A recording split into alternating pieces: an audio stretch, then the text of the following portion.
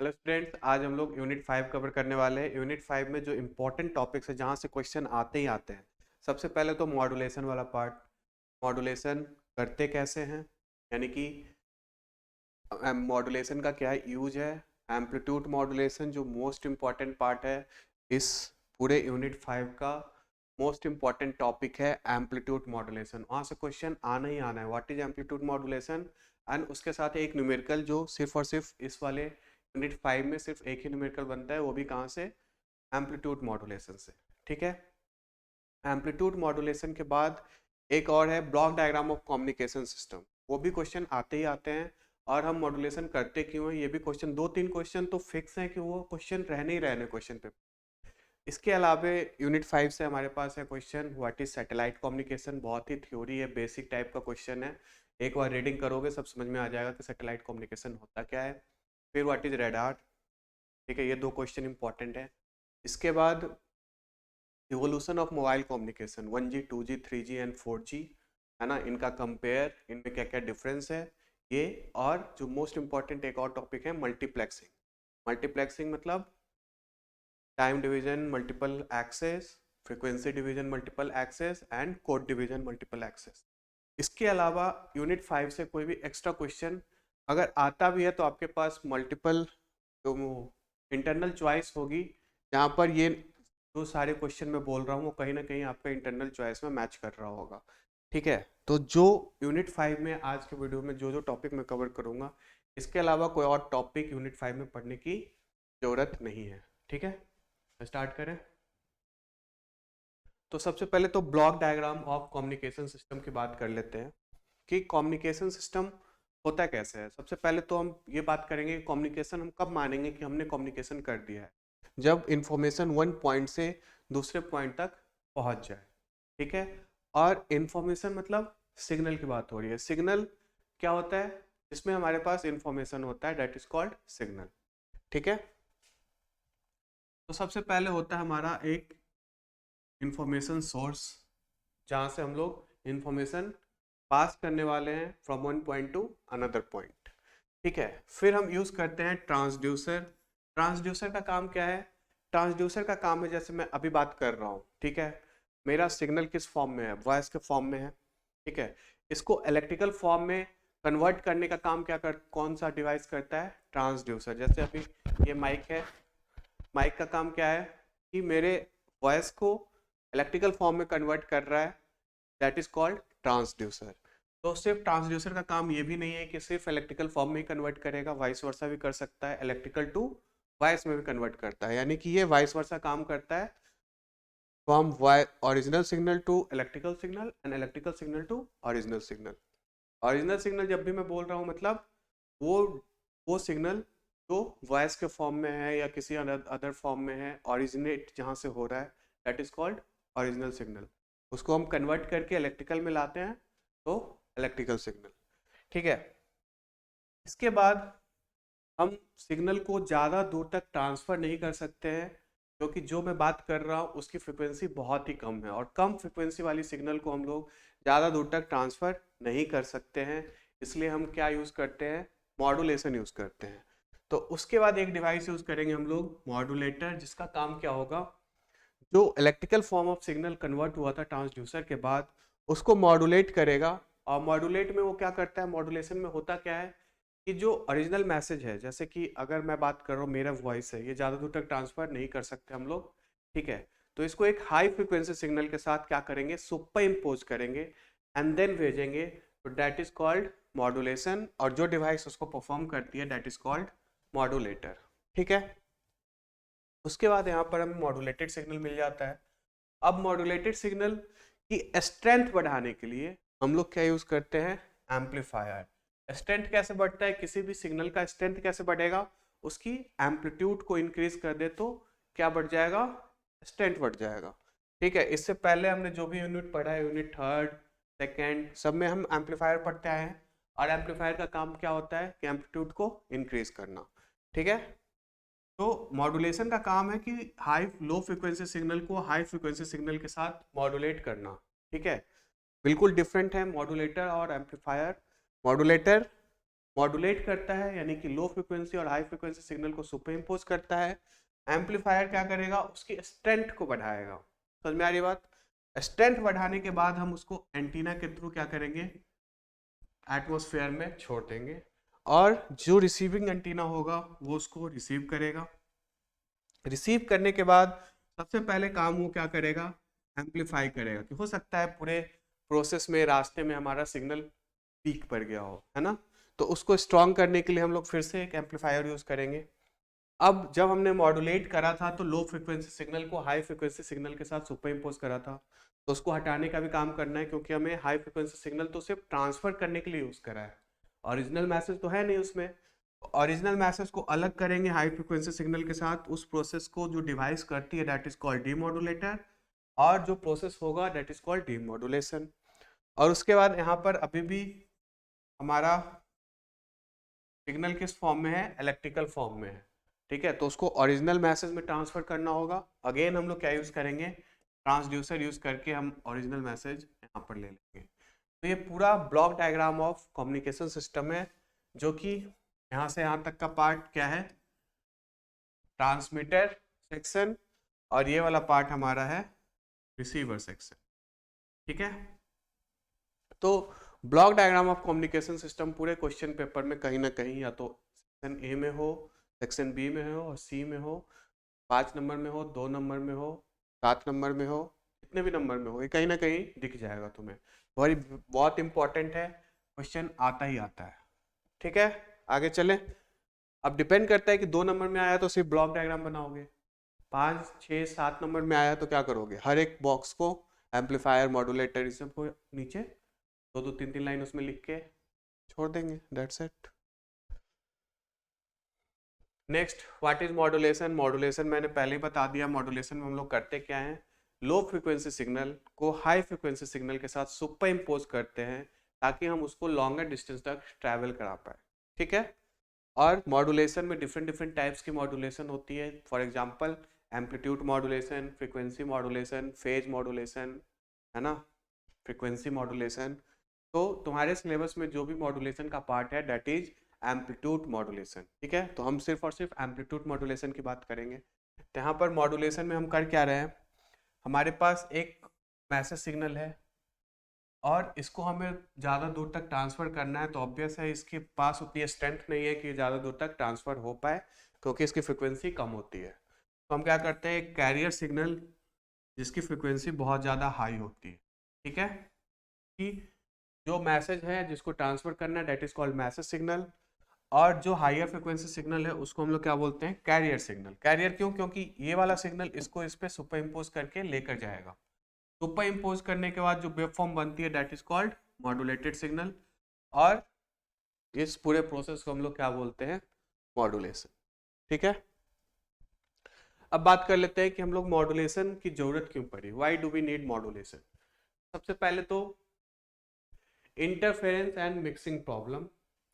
Message signal are generally low frequency signal. There is a large probability of mixing with other signal at the same frequency range already present in the atmosphere. So low frequency signal message sent through high frequency carrier wave. क्या बोल रहा है कि जो जैसे हम लोग बात कर रहे हैं तो आसपास बहुत सारे लोग बात कर रहे हैं, तो सबकी फ्रिक्वेंसी लगभग थोड़ी बहुत ऊपर नीचे है, मतलब सेम रेंज में है। तो जब हम लोग एक साथ बहुत सारे मैसेज भेजेंगे तो क्या है, एटमॉस्फेयर में different different low frequency signal already present है जिसके इंटरमिक्सिंग होने के चांसेस हैं, तो हमें पता ही नहीं चल पाएगा कि हमारा ओरिजिनल मैसेज एग्जिस्ट कहाँ कर रहा है, ठीक है। तो दैट्स वाई हम लोग मॉड्यूलेशन करते हैं इंटरमिक्सिंग प्रॉब्लम को सॉल्व करने। दूसरा जो मोस्ट इंपॉर्टेंट है, हाइट ऑफ द एंटीना, ठीक है। Height of the antenna is directly proportional to λ/4, ठीक है। जितनी ज़्यादा वेवलेंथ होगी सिग्नल की उतनी ज़्यादा हमें एंटीना की हाइट या टावर की हाइट उतनी ज़्यादा लॉन्गर टावर हमें बनाना पड़ेगा, ठीक है। तो अगर हम लोग देखें, speed of light is equal to frequency into wavelength, है ना, और frequency is inversely proportional to lambda. अगर हम लोग फ्रिक्वेंसी इंक्रीज कर रहे हैं तो बाय डिफॉल्ट हम लैम्डा की वैल्यू क्या करेंगे, यानी वेवलेंथ हमारा कम होगा, और जितनी ज़्यादा वेवलेंथ उतनी हाइट ऑफ द एंटीना हमें कम बनानी पड़ेगी। है ना।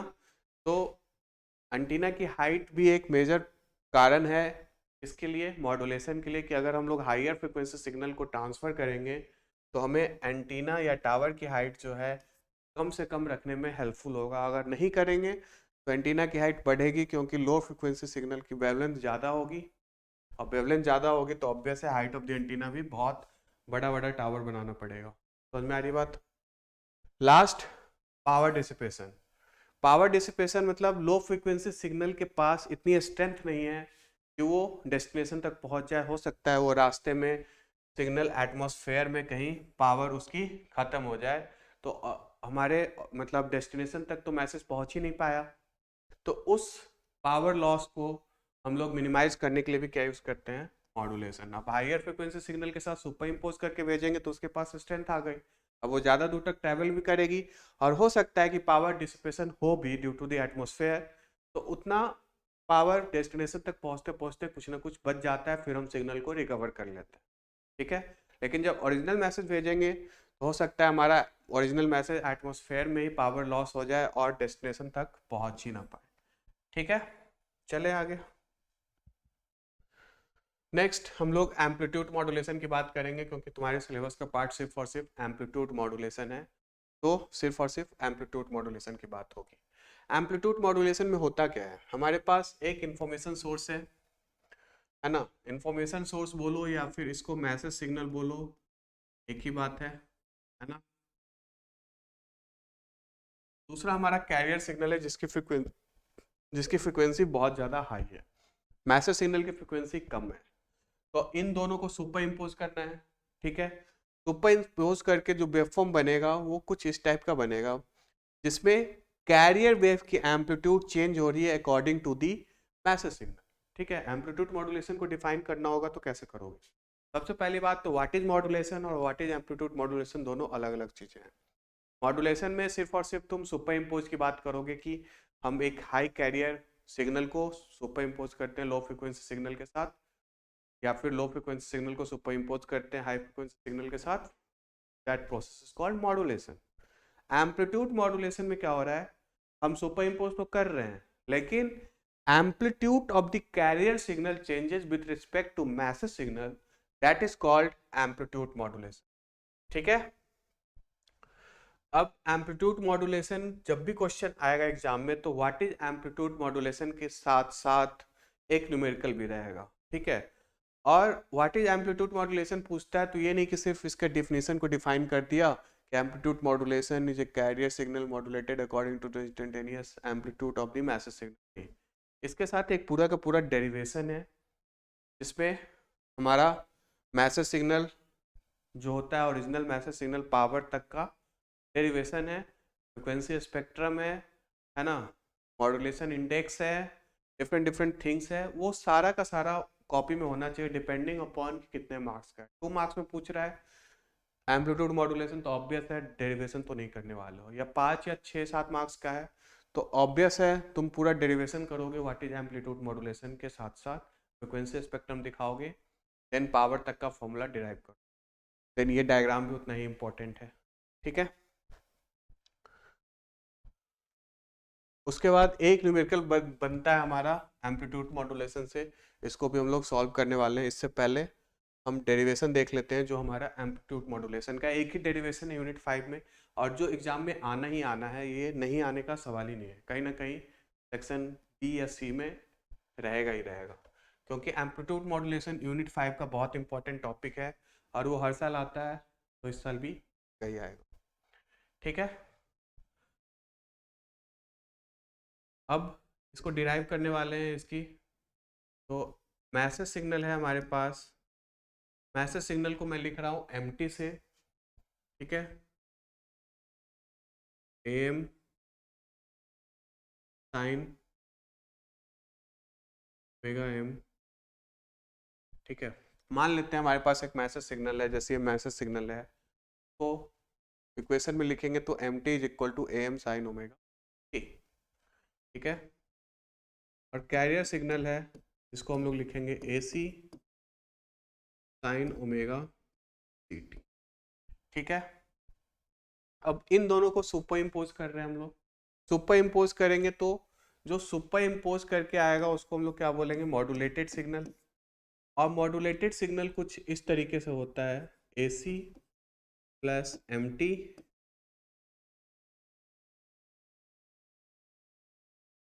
Sign of omega C.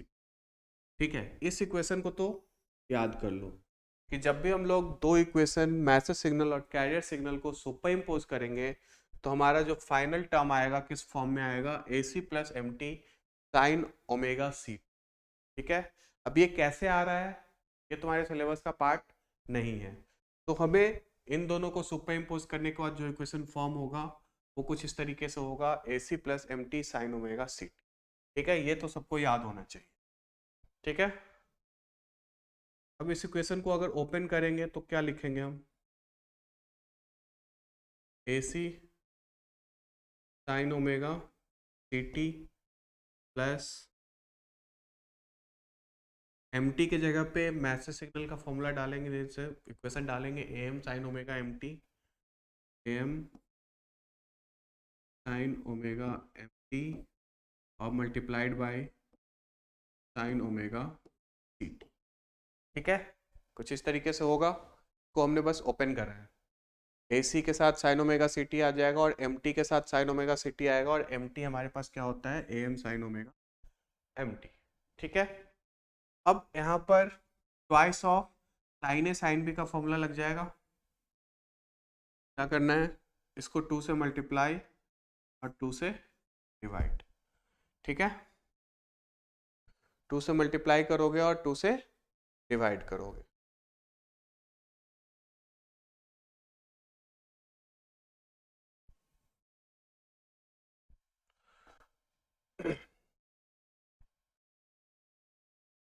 Twice of sine A sine B, twice of sine A sine B का फॉर्मूला क्या होता है, ये तो AC sine omega CT plus AM twice of AM by 2 twice of sine A sine B, है ना। Formula लगाओगे तो क्या लिखोगे, cos of omega C minus omega M T minus of cos of C plus M। ठीक है, कुछ इस तरीके से लिखोगे, AC sine omega CT plus AM by 2 cos of omega C minus omega M T minus cos of omega C plus omega M T, यानी twice of sine A sine B का formula लगा दिया मैंने बस। अब क्या करूँगा, मैं AC कॉमन लूँगा यहाँ से, तो AC कॉमन लिया, AC कॉमन लिया तो अंदर क्या लिखूँगा, sign omega CT plus AM upon AC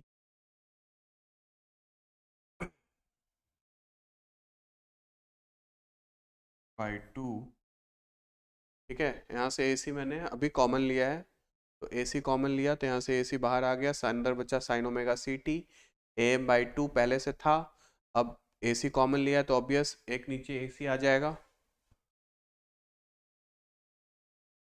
bracket में cos of omega C minus omega M T minus of cos of omega C plus omega M T।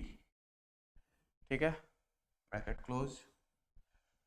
अब क्या करेंगे, अब जो मोस्ट इम्पॉर्टेंट बात है कि एम अपॉन ए सी, एम अपॉन ए सी को हम लोग क्या बोलते हैं, मॉड्यूलेशन इंडेक्स। क्या बोलेंगे एम अपॉन ए सी को,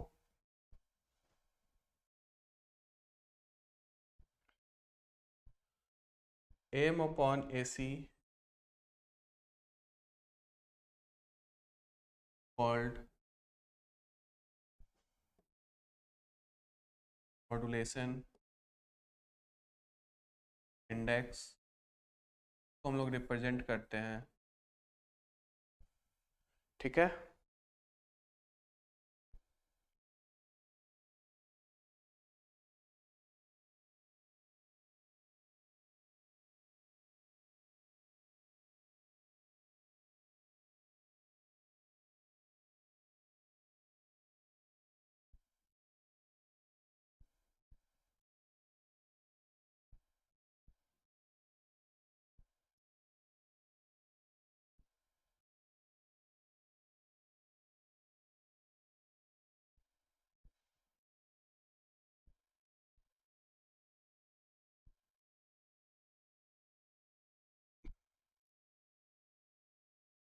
एम अपॉन ए सी को हम लोग क्या बोलेंगे, मॉड्यूलेशन इंडेक्स, और रिप्रेजेंट करेंगे म्यू से। अब इक्वेशन हमारा क्या हो जाएगा, अब इक्वेशन हो जाएगा साइन ओमेगा प्लस बाई 2। ठीक है, अब एम अपॉन ए सी को तो मैंने म्यू से रिप्लेस कर दिया है, और ये जो ए सी कॉमन लिया था उसको मैंने फिर से अंदर मल्टीप्लाई कर दिया है, तो ए C sine omega C T, और यहाँ पर ए सी म्यू बाई 2। अब मैं इस ब्रैकेट को भी अलग अलग करूंगा, तो ए सी म्यू बाई 2 इसके साथ भी जाएगा और ए सी म्यू बाई 2 इसके साथ भी जाएगा, तो ये हो जाएगा cos of omega C minus omega M E minus of A C mu by 2 cos of omega C plus M. ठीक है, अब जो मॉड्यूलेशन, जो मॉड्यूलेटेड वेव था हमारे पास, वो इस फॉर्म में आया था A C plus M T sine omega. यहाँ से हम लोग कहाँ पहुँच गए, यहाँ पे। अब हमारे पास पूरे मॉड्यूलेटेड वेव में 3 टर्म है, कौन सा, A C sine omega C T, A C mu by 2 cos of omega C minus omega M T, ठीक है, and A C mu by 2 cos of omega C plus omega M T.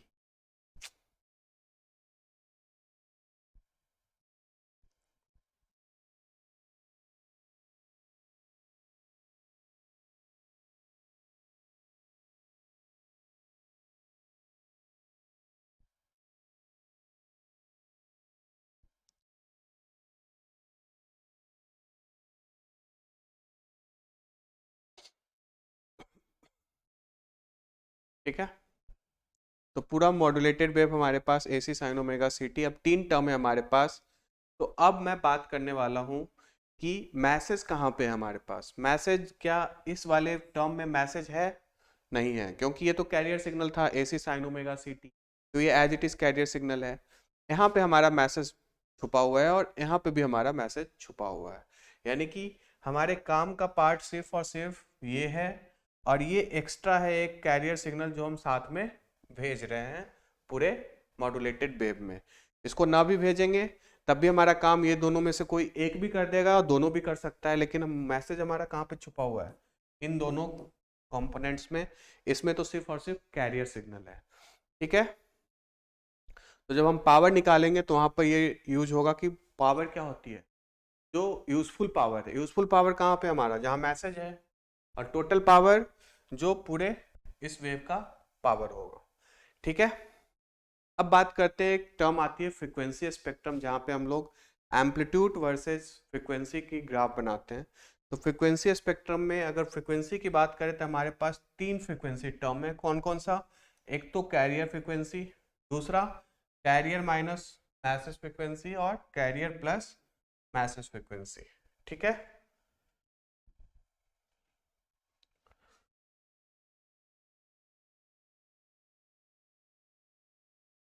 Frequency spectrum अगर हम लोग बात करें तो frequency spectrum हम लोग बनाएंगे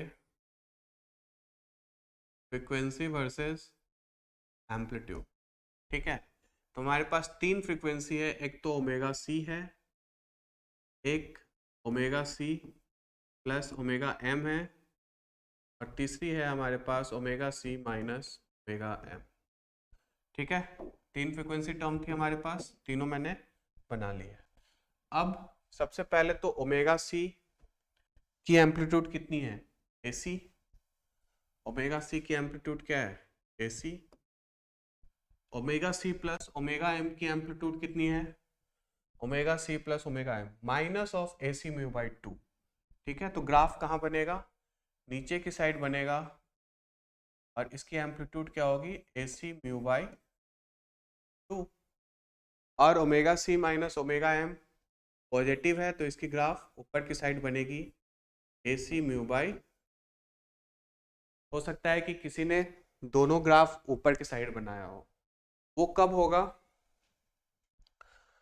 देखो मैंने मैसेज सिग्नल को साइन ओमेगा टी लिया है, कैरियर सिग्नल को भी AC साइन ओमेगा CT लिया। हो सकता है कि किसी ने MT को AM cos ओमेगा MT लिया हो या फिर AC cos ओमेगा CT लिया हो, तब यहाँ पर फॉर्मूला जो ट्वाइस ऑफ साइन है, साइन भी लग रहा है, किसी का फॉर्मूला ट्वाइस ऑफ कॉस है, कॉस भी लगेगा, तो उस केस में दोनों एम्पलीट्यूड ऊपर के साइड बनेगा। ठीक है, तो उससे कोई फर्क नहीं पड़ता है कि एक ऊपर बने एक नीचे बने। ठीक है, फ्रीक्वेंसी स्पेक्ट्रम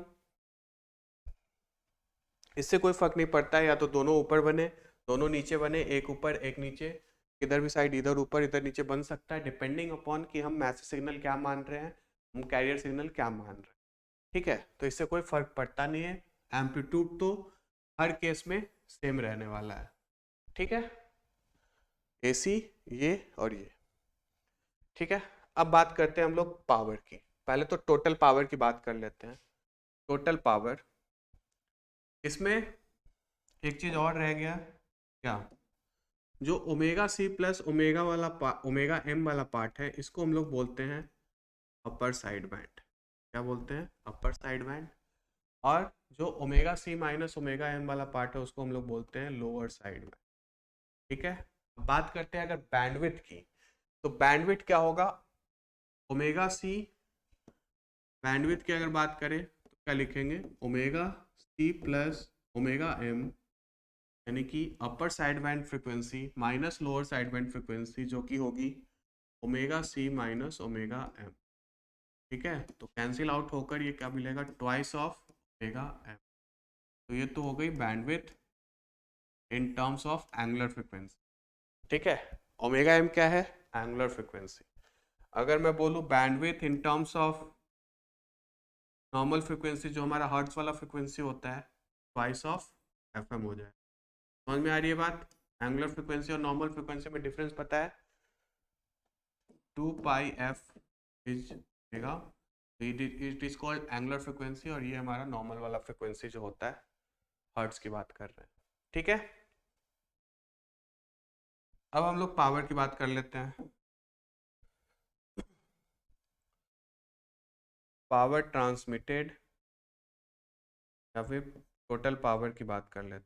पी टोटल यानी कि जो वेव हमने डिराइव करा था लास्ट में, जो लास्ट वाला पार्ट है ये, इसमें कितने टर्म्स हैं, दिस और दिस, 3 टर्म्स हैं।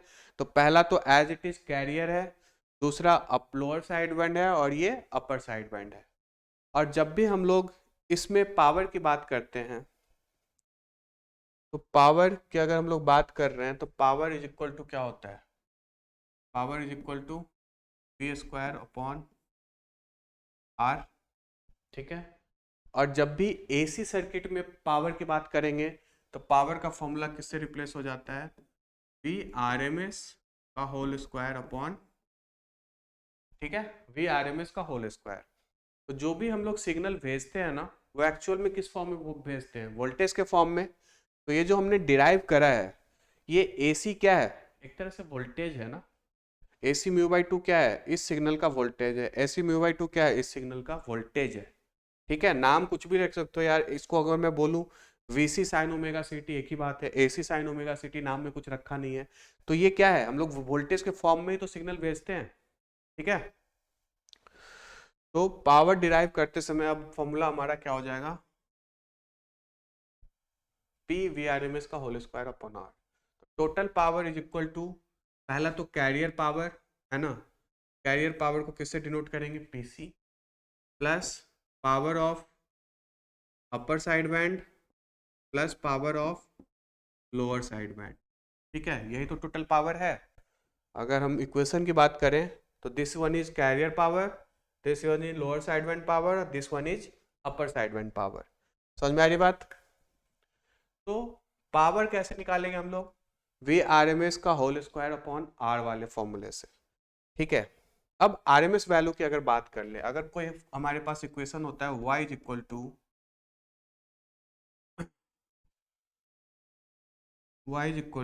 A साइन ओमेगा t, तो इसकी RMS वैल्यू क्या होती है, अगर RMS वैल्यू निकालेंगे तो क्या लिखोगे, A बाई रूट 2 ना, जो भी एम्पलीट्यूड होगा उसको रूट 2 से डिवाइड। पढ़ा है हमने रेक्टिफायर वाले केस में RMS वैल्यू क्या होती है, जो भी एम्पलीट्यूड होता है उसको √2 से डिवाइड कर दो। जब कैरियर पावर की बात करोगे तो कैरियर पावर का एम्पलीट्यूड क्या है, AC, तो AC/√2। लोअर साइड बैंड और अपर साइड बैंड का एम्पलीट्यूड सेम है, AC μ/2, तो AC μ/2√2 और AC μ/2√2, यानी दोनों के केस में सेम होगा। ठीक है, तो कैरियर पावर हो गया हमारा, अगर RMS वैल्यू की बात करें तो AC/√2 इसका स्क्वायर अपॉन R, ये लिखेंगे, प्लस अपर साइड बैंड का RMS वैल्यू AC μ/2√2 इसका square upon R। Similarly power of lower side band same ही होगा, AC μ/2√2 का स्क्वायर अपॉन R। ठीक है, अब अगर ध्यान से देखोगे तो AC/√2 का होल स्क्वायर अपॉन R यहाँ भी एग्जिस्ट करता है और यहाँ भी एग्जिस्ट करता है। तो मैं क्या करूँगा, AC/√2 का होल स्क्वायर अपॉन R को क्या ले रहा हूँ, कॉमन ले रहा हूँ। ठीक है, तो AC/√2 का होल स्क्वायर अपॉन R मैंने कॉमन लिया है, यहाँ से क्या बचा 1, यहाँ पर क्या बचेगा AC μ/AC√2 का होल स्क्वायर बाहर ले लिया तो μ²/4, यहाँ पर बचा आपका μ²/4, यहाँ पे भी सेम बचेगा μ²/4। ठीक है, ये हो गया। अब ये जो हमने कॉमन लिया था इस वाले टर्म की अगर बात करें तो ये है क्या, कैरियर पावर ही तो है। इसको हम लोग ऐसे लिख सकते हैं क्या, power total is equal to BC को कैरियर पावर नाम दे दिया। ठीक है, इस पूरे टर्म को कैरियर पावर, और μ²/4 प्लस μ²/4 क्या हो जाएगा, μ²/2, तो 1 प्लस μ²/। ठीक है, हमने पावर टोटल यानी टोटल पावर बोलो या पावर ट्रांसमिटेड बोलो, एक ही बात है। फॉर्मूला डिराइव कर लिया, क्या होता है कैरियर पावर इंटू 1 प्लस μ²/2, और म्यू क्या होती है, modulation index, mu is equal to amplitude of message signal upon amplitude of carrier signal. ठीक है, यहाँ तक कोई डाउट? हमने बैंडविड्थ निकाल लिया है, हमने पावर निकाल लिया, कुछ रह रहा है, इफिशिएंसी रह रहा है ना। अगर हम बात करते हैं इफिशिएंसी की, ठीक है, इफिशिएंसी होता क्या है, efficiency is equal to useful power upon total power, यही होता है।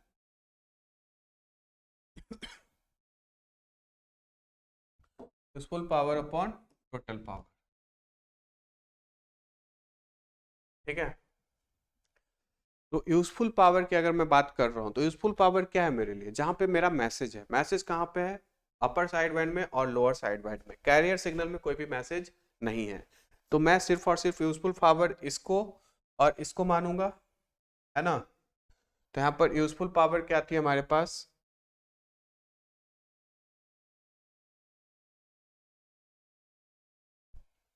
This one plus this one, यानी कि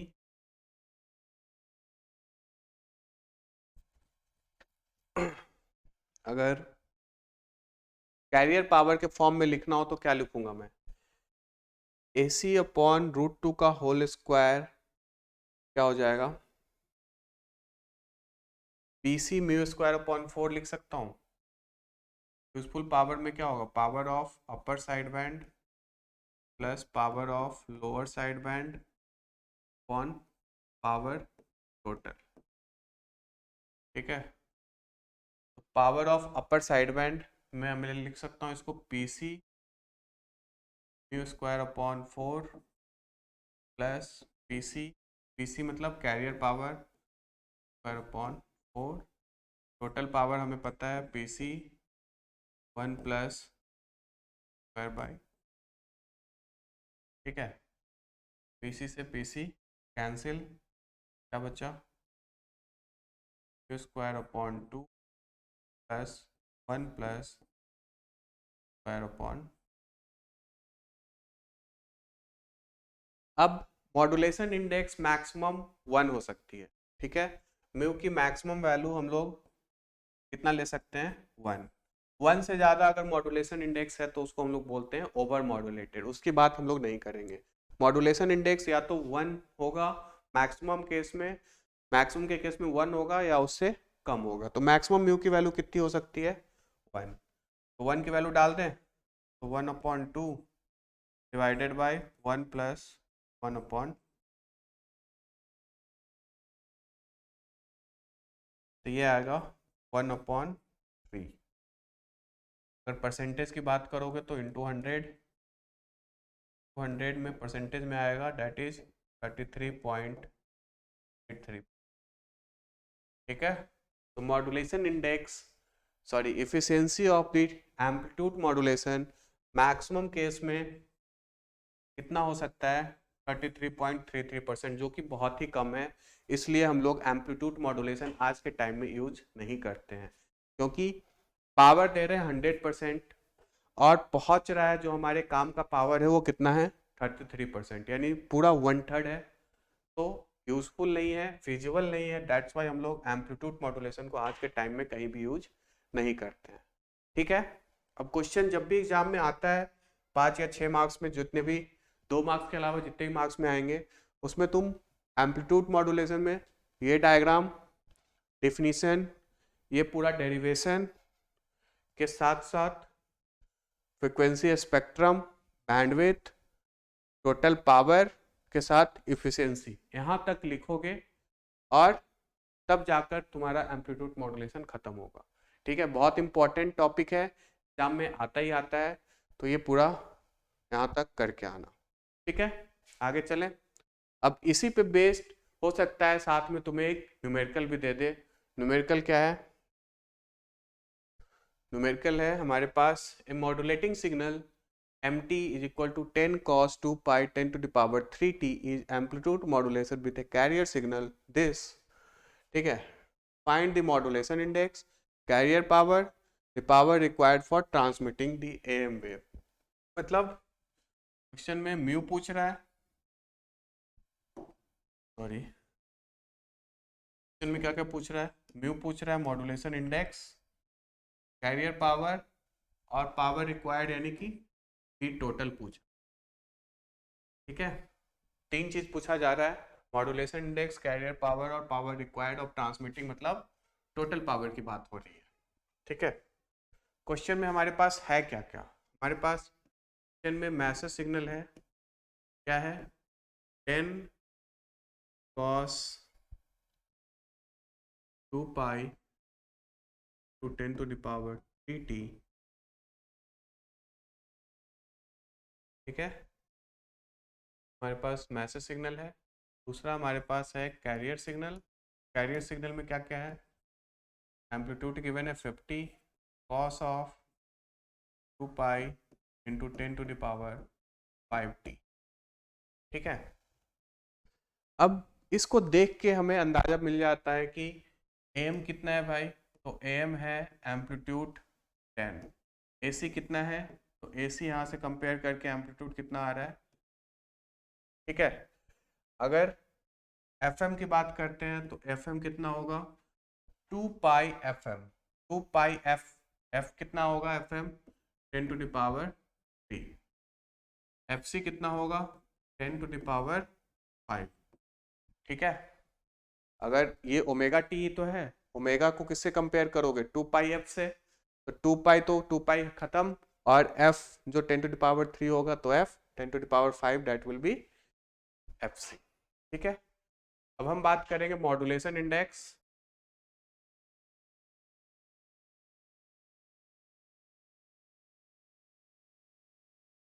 मॉड्यूलेशन इंडेक्स म्यू की बात करेंगे, तो म्यू हमारा होता है एम अपॉन एसी, एम की वैल्यू कितनी है 10, एसी की वैल्यू कितनी है 50, 1/5, म्यू की वैल्यू क्या आई 1 डिवाइडेड बाई 5 दैट इज 0.2। ठीक है, मॉड्यूलेशन इंडेक्स निकाल लिया हमने। अब कैरियर पावर की बात हो रही है। कैरियर पावर क्या होता है? PC. PC carrier power, carrier power होता है हमारे पास AC अपॉन √2 का होल स्क्वायर अपॉन R। अब क्वेश्चन में कहीं भी रेजिस्टेंस की बात नहीं कर रहा है, तो बाय डिफॉल्ट रेजिस्टेंस की वैल्यू 1 ले लेंगे। ठीक है, अगर रेजिस्टेंस गिवन होता तो हम रेजिस्टेंस की वैल्यू उतना डालते। तो AC की वैल्यू कितनी है? 3 अपॉन √2 का होल स्क्वायर आएगा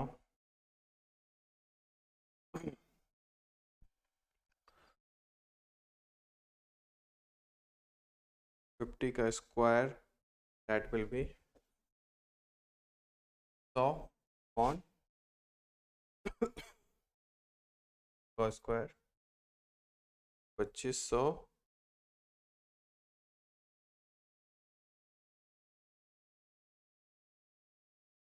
डिवाइडेड बाई यानी 1250 क्या हो गया हमारा? कैरियर पावर हो गया। यानी कि पावर की ऐसा यूनिट क्या होती है? वाट।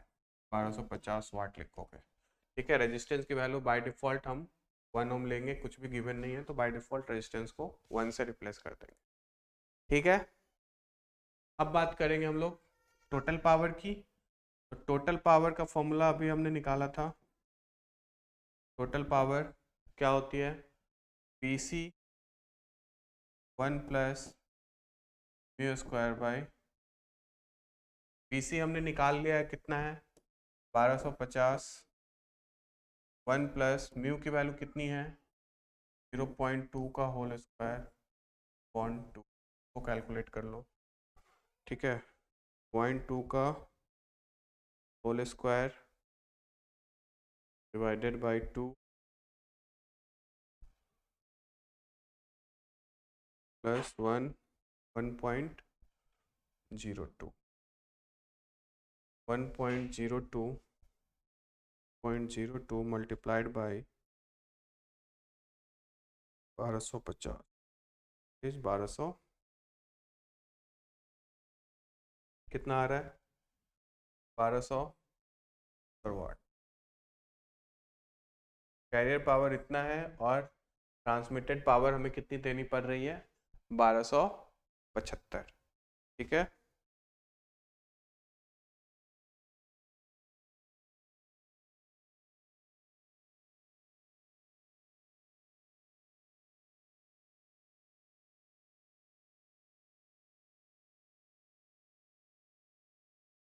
ठीक है, तो ये था टोटल पावर। इसमें और एक्स्ट्रा क्या पूछा जा सकता है? एक्स्ट्रा और अपर साइड बैंड पावर या लोअर साइड बैंड पावर पूछा जा सकता है ना? Power of upper side band equal होता है power of lower side band, क्या होता है? PC म्यू स्क्वायर बाई 4, है ना? PC तो हमें पता है कितना है, 1250। म्यू स्क्वायर यानी कि 0.2 का होल स्क्वायर अपॉन 4 को कैलकुलेट करोगे तो क्या आएगा? अपर साइड बैंड पावर आएगा।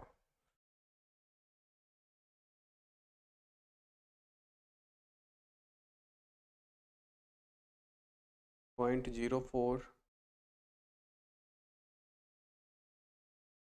1250 डिवाइडेड बाई 4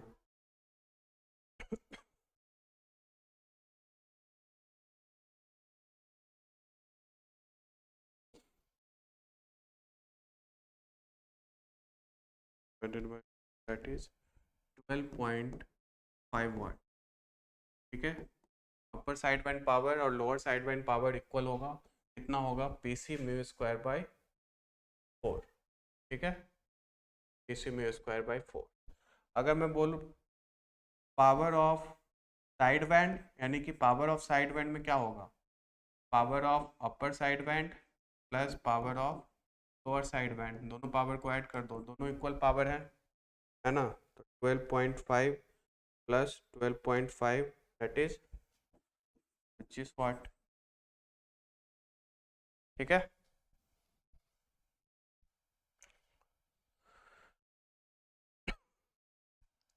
इस केस में और क्या पूछा जा सकता है, बैंडविड्थ पूछा जा सकता है। बैंडविड्थ, बैंडविड्थ क्या होता है, ट्वाइस ऑफ एफएम। एफएम कितना है हमारे पास, 10⁻³ यानी कि 10⁻³ कितना होगा, 1000, 2 से मल्टीप्लाई कर दो, 1000 यानी कि हर्ट्ज। हर्ट्ज की बात होगी तो हर्ट्ज में लिखेंगे। बैंडविड्थ कितना हो जाएगा, 2000 हर्ट्ज। ठीक है, anything else? Upper side band frequency और लोअर साइड बैंड फ्रिक्वेंसी पूछा जा सकता है कि frequency of upper side band, frequency of upper side band कितनी होगी। अपर साइड बैंड में क्या लिखोगे, F C plus F M. F C कितना है भाई, तो एफ सी है 10⁵ प्लस 10⁻³ है ना, 10⁵ प्लस, तो इसकी वैल्यू क्या हो जाएगी, 101,000। ठीक है, तो frequency of upper side band. Similarly अगर frequency of lower side band पूछा होता, frequency of lower side band क्या लिख सकते हैं, F C minus F M, यानी कि 10⁵ माइनस 10⁵। ठीक है, 10⁵ माइनस 10⁻³ यानी कि लोअर साइड बैंड कितना आएगा, 9900। तो इस क्वेश्चन में पूरे न्यूमेरिकल में जो भी पूछा जा सकता था सब मैंने कैलकुलेट कर दिया है। ठीक है, तो ये न्यूमेरिकल 100% फिक्स है, हर एग्जाम में आता है, तो इस एग्जाम में भी आने के 100% चांसेस हैं, तो ऑब्वियस है आएगा। जितना इंपॉर्टेंट एम्पलीट्यूड मॉड्यूलेशन का डेरिवेशन है उतना ही इंपॉर्टेंट ये वाला न्यूमेरिकल है। कुछ नहीं है, मैसेज सिग्नल गिवन है, कैरियर सिग्नल गिवन है, उसमें जो जो पूछा जा सकता है सब मैंने यहाँ पर कर दिया है। ठीक है, चले आगे। नेक्स्ट जो बहुत इंपॉर्टेंट टॉपिक है यूनिट 5 में, दैट इज मल्टीप्लेक्सिंग। मल्टीप्लेक्सिंग हमारे पास 3 टाइप्स के होते हैं, कौन कौन से, टाइम डिवीजन मल्टीप्लेक्सिंग, का फुल फॉर्म है time division multiplexing, multiple access बोल सकते हो। ठीक है, टाइम डिवीजन मल्टीपल एक्सेस या टाइम डिवीजन मल्टीप्लेक्सिंग शॉर्ट में हम लोग बोलते हैं। FDMA, frequency division multiple access और कोड डिवीजन मल्टीपल एक्सेस। ठीक है, तो सबसे पहले तो टाइम डिवीजन मल्टीपल एक्सेस की बात कर लें। टाइम डिवीजन मल्टीपल एक्सेस में क्या होता है, हम लोग डिफरेंट डिफरेंट स्टेशंस को एक पार्टिकुलर टाइम अलॉट करते हैं इंफॉर्मेशन सोर्स ट्रांसफर करने के लिए, क्योंकि इंफॉर्मेशन सोर्स जो ट्रांसफर हो रहा है वो सिंगल चैनल के थ्रू हो रहा है। अब ए को अपनी बात यहाँ तक पहुँचानी है तो इसका एक टाइम स्लॉट डिफाइन होगा, इस चैनल पे तुम इतने ड्यूरेशन तक और इतने टाइम तक अपना मैसेज ट्रांसफर कर सकते हो। उसके बाद फिर बी को मौका मिलेगा, देन सी को, देन डी को, देन ई को। ठीक है, तो that is called time division multiplexing. इसमें हम लोग चैनल जो यूज करते हैं कि हम लोग टाइम डिवाइड कर देते हैं, different different station different different time पे अपना message from one place to another place transfer कर सकते हैं, that is called time division multiplexing. ठीक है, नेक्स्ट है कोड डिवीजन मल्टीप्लेक्सिंग, जो बहुत इंपॉर्टेंट है। कोड डिवीजन मल्टीप्लेक्सिंग में हम लोग क्या करते हैं, डेटा ट्रांसफर करते हैं पूरे स्पेक्ट्रम में। अगर फ्रिक्वेंसी की बात करें तो पूरे स्पेक्ट्रम में, पूरा स्पेक्ट्रम यूज करके हम लोग डेटा ट्रांसफर करते हैं। हमारे पास कोई लिमिटेशन नहीं है कि स्पेक्ट्रम हमें कितना यूज करना है, क्योंकि हम ऑलरेडी जो मैसेज ट्रांसफर करना होता है उसको हम लोग एक यूनिट कोड से कोड कर देते हैं। ठीक है, अब उस पूरे स्पेक्ट्रम में हो सकता है मल्टीपल मैसेज आ रहे हो और मल्टीपल मैसेज कोई भी आपस में कोलाइड नहीं करेगा, यानी इंटरफेरेंस नहीं होगा, क्योंकि हर मैसेज यूनिकली कोडेड है। ठीक है, तो वही चीज यहाँ पे लिखा हुआ है, पढ़ लेना इसको कि it's allow each station to transmit data over the entire frequency all the time. मतलब पूरे इंटायर फ्रीक्वेंसी में हम लोग कभी भी मैसेज ट्रांसफर कर सकते हैं, क्योंकि हम डेटा जो ट्रांसफर कर रहे हैं ऑलरेडी एक कोडेड फॉर्म में कर रहे हैं, तो इंटरफेरेंस के चांसेस बहुत ही कम है। ठीक है, code division multiplexing used to allow multiple users to share a single communication channel. इससे पहले जो हम लोग टाइम डिवीजन मल्टीप्लेक्सिंग कर रहे थे, इसमें हम लोग एट ए टाइम एक ही यूजर अपना डेटा ट्रांसफर कर सकता है या एक ही स्टेशन अपना डेटा ट्रांसफर कर सकता है, क्योंकि चैनल हम एक ही यूज कर रहे हैं। कोड डिवीजन मल्टीप्लेक्सिंग में क्या हो रहा है, कोड डिवीजन मल्टीप्लेक्सिंग में हम ऑलरेडी मैसेज को कोड करके ट्रांसफर कर रहे हैं, तो पूरे चैनल में हम लोग मल्टीपल मैसेज को ट्रांसफर कर सकते हैं विदाउट एनी इंटरफेरेंस। ठीक है, और कोड डिवीजन मल्टीप्लेक्सिंग इसलिए बहुत अच्छी बात है क्योंकि हम लोग इसमें पूरे बैंडविड्थ को यूज कर सकते हैं at the same time, different message को ट्रांसफर कर सकते हैं पूरे बैंडविड्थ में विदाउट एनी इंटरफेरेंस। समझ में आ रही है बात?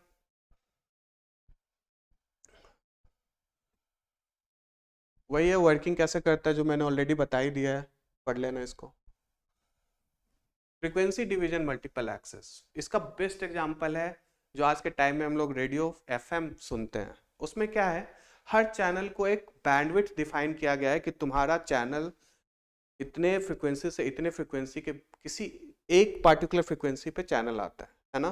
पर ऐसा नहीं है कि फ्रीक्वेंसी अगर थोड़ा बहुत आगे पीछे करते हैं तब भी हमें थोड़ी थोड़ी आवाज आती है। तो उस पूरे स्टेशन को एक पूरा बैंडविड्थ मिला हुआ है कि इस पूरे बैंडविड्थ में तुम ही ट्रांसफर करोगे मैसेज, बाकी कोई नहीं करेगा। तो उसके पास राइट है जो अपना मैसेज, जरूरी नहीं है कि अगर 98.3 पे ट्रांसफर करना है तो 98.3 करेगा, उसके कुछ पार्ट आगे और कुछ पार्ट पीछे के बैंडविड्थ उसको एलोकेटेड है, वो किसी पे भी ट्रांसफर कर सकता है। ठीक है, तो वही है फ्रीक्वेंसी डिवीजन, मतलब हमने एक पूरे बैंडविड्थ को डिफरेंट स्टेशन को डिवाइड कर दिया है कि तुम्हारा बैंडविड्थ ये है, तुम अपना मैसेज इस बैंडविड्थ में छोड़ोगे या ट्रांसमिट करोगे, तुम्हारे लिए ये बैंडविड्थ होगी और तुम्हारे लिए ये बैंडविड्थ होगी।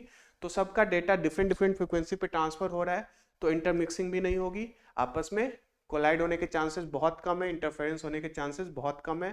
तो दैट्स वाई जो भी डेटा हमें ट्रांसमिट करना है वो अलग अलग फ्रिक्वेंसी पे हम लोग करेंगे, यानी हमने फ्रिक्वेंसी डिवाइड कर दी है डिफरेंट स्टेशंस की। तो that is called frequency division multiplexing. पढ़ लेना, थ्योरी पार्ट है। नेक्स्ट जो बहुत इंपॉर्टेंट क्वेश्चन है, इवोल्यूशन ऑफ मोबाइल कम्युनिकेशन। ठीक है, इवोल्यूशन ऑफ मोबाइल कम्युनिकेशन मतलब 1G 2G 3G और 4G की बात होगी कि सबसे पहले हमारे पास कौन सा सिस्टम था, first generation mobile communication system, that is 1G। 1G हमारा फ्रिक्वेंसी रेंज होती थी 800 मेगाहर्ट्ज से 900 मेगाहर्ट्ज तक। बैंडविड्थ की अगर बात करें तो 10 मेगाहर्ट्ज। टेक्नोलॉजी जो यूज होती थी एनालॉग यूज होती थी, यानी कि डिजिटल का कोई सीन ही नहीं था दूर दूर तक। तो 1G में जो भी हम मोबाइल कम्युनिकेशन करते थे किस में करते थे, एनालॉग में करते थे। और मॉड्यूलेशन कौन सी यूज होती थी, फ्रीक्वेंसी मॉड्यूलेशन। और मोड ऑफ सर्विस सिर्फ और सिर्फ हम वॉइस को ट्रांसफर कर सकते थे, कहीं भी एसएमएस इंटरनेट की हम बात ही नहीं कर रहे हैं इसमें 1G जनरेशन में। ठीक है, फ्रीक्वेंसी डिवीजन मल्टीप्लेक्सिंग यूज करते थे बस। ठीक है, ये तो बात हो गई फर्स्ट जनरेशन की। सेकेंड जनरेशन में हम जो आ गए किस में आ गए, जीएसएम पे आ गए, यानी कि जीएसएम वाला सिस्टम यूज होने लगा 2G में। अब 2G में हमें एक तो हमने पहले डिजिटल सिस्टम पे शिफ्ट हो गए, एनालॉग से डिजिटल पे आ गए, फिर एसएमएस भी हमारे पास आ गया, रोमिंग पॉसिबल हो गई, सिक्योरिटी थोड़ी इन्हांस हो गई ड्यू टू द डिजिटल होने से सिक्योरिटी इन्हांस हो गई, इनक्रिप्टेड वॉइस ट्रांसमिशन होने लग गया। इंटरनेट जो पहली बार इंट्रोड्यूस हुआ था किस पे हुआ था, 2G पे हुआ था। ठीक है, अगर डिसएडवांटेज की बात करें तो low data rate, limited mobility, less features on mobile devices, है ना। मोबाइल पे हम लोग बहुत ही कम चीज यूज कर पाते थे 2G में, याद है तो। ठीक है, आज के टाइम पे वीडियो कॉलिंग थोड़ी हो पाती थी, नहीं हो पाती थी ना। Limited number of user, hardware capability भी बहुत कम थी। ठीक है, 2G के बाद बीच में हमारे पास 2.5 और 2.75, 2.5 GPRS। अगर आज से 5-6 साल पहले, अगर 7-8 साल पहले तुमने नेट चलाया हो तो G लिखा आता था। G का मतलब 1G नहीं होता था, G का मतलब है 2.5। ठीक है, 2.5 में हम लोग GPRS टेक्नोलॉजी यूज करते थे, दैट्स वाई G लिखा आता था।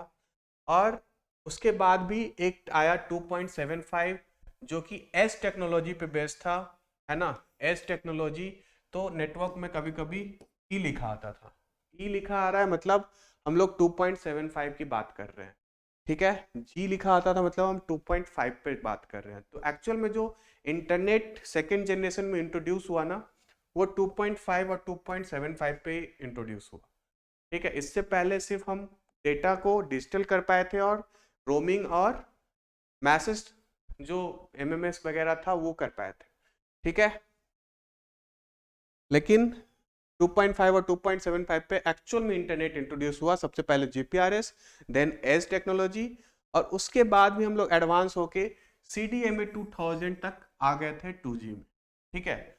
तो ये सारा एडवांसमेंट हमने सेकेंड जनरेशन में ही कर रखा है, ठीक है। थर्ड जनरेशन की अगर बात करें तो थर्ड जनरेशन में जो टेक्नोलॉजी यूज होती थी यूएमटीएस, ठीक है।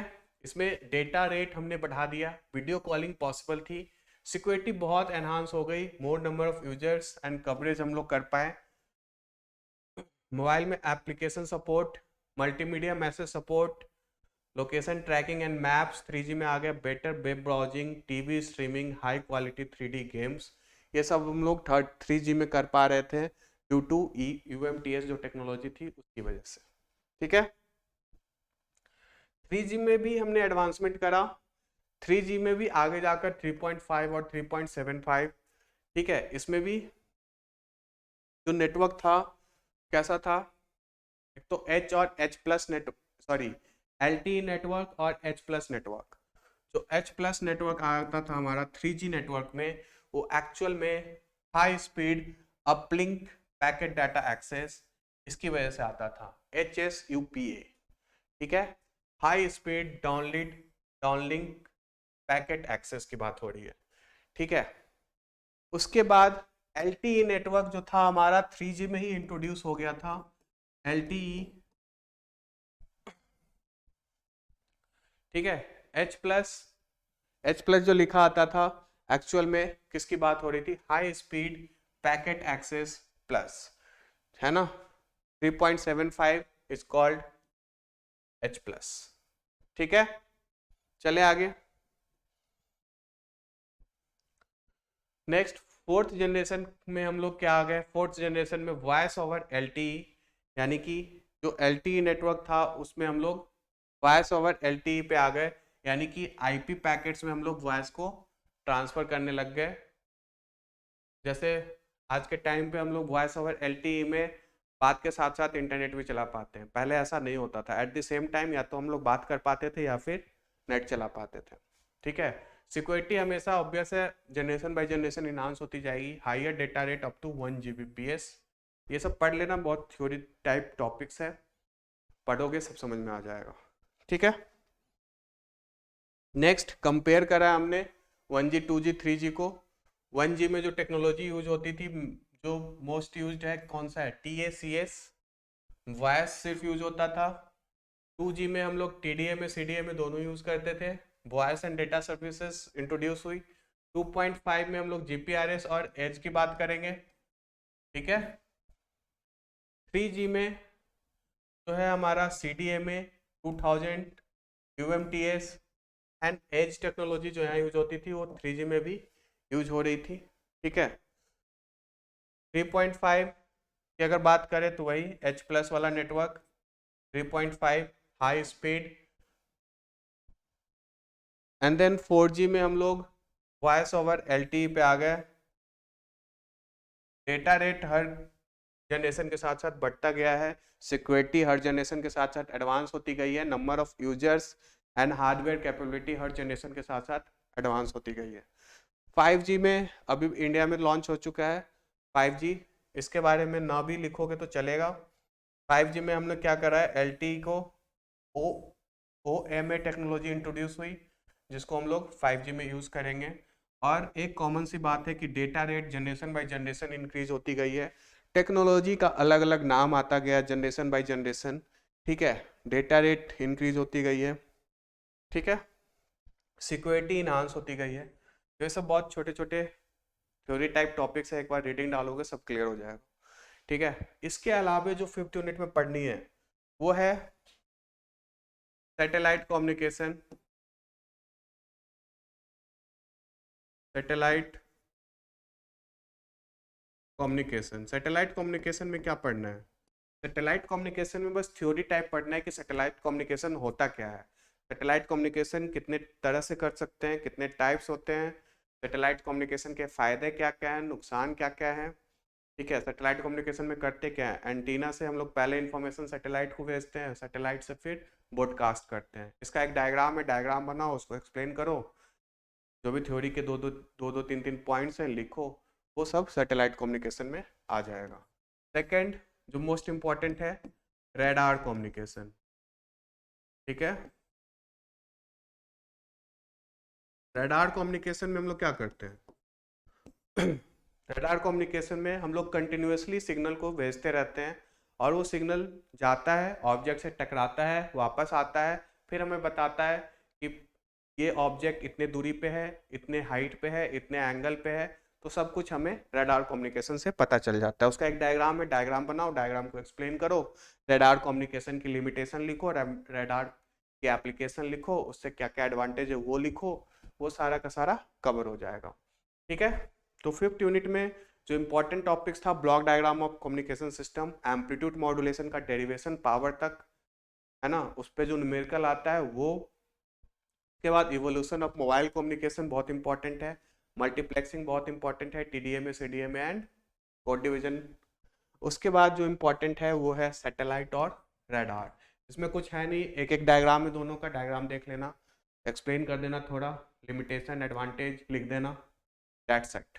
इसके अलावा कोई भी क्वेश्चन, एक्स्ट्रा क्वेश्चन पढ़ने की यूनिट 5 से जरूरत नहीं है, जितना इसमें बताया गया है उतना सफिशियंट है। वो सब अगर कोई क्वेश्चन एक्स्ट्रा आ भी रहा है तो आपके पास इंटरनल चॉइस होगी क्वेश्चन में, और वो क्वेश्चन कहीं ना कहीं इसमें से मैच कर रहा होगा। ठीक है, तो आज के लिए इतना ही, थैंक यू।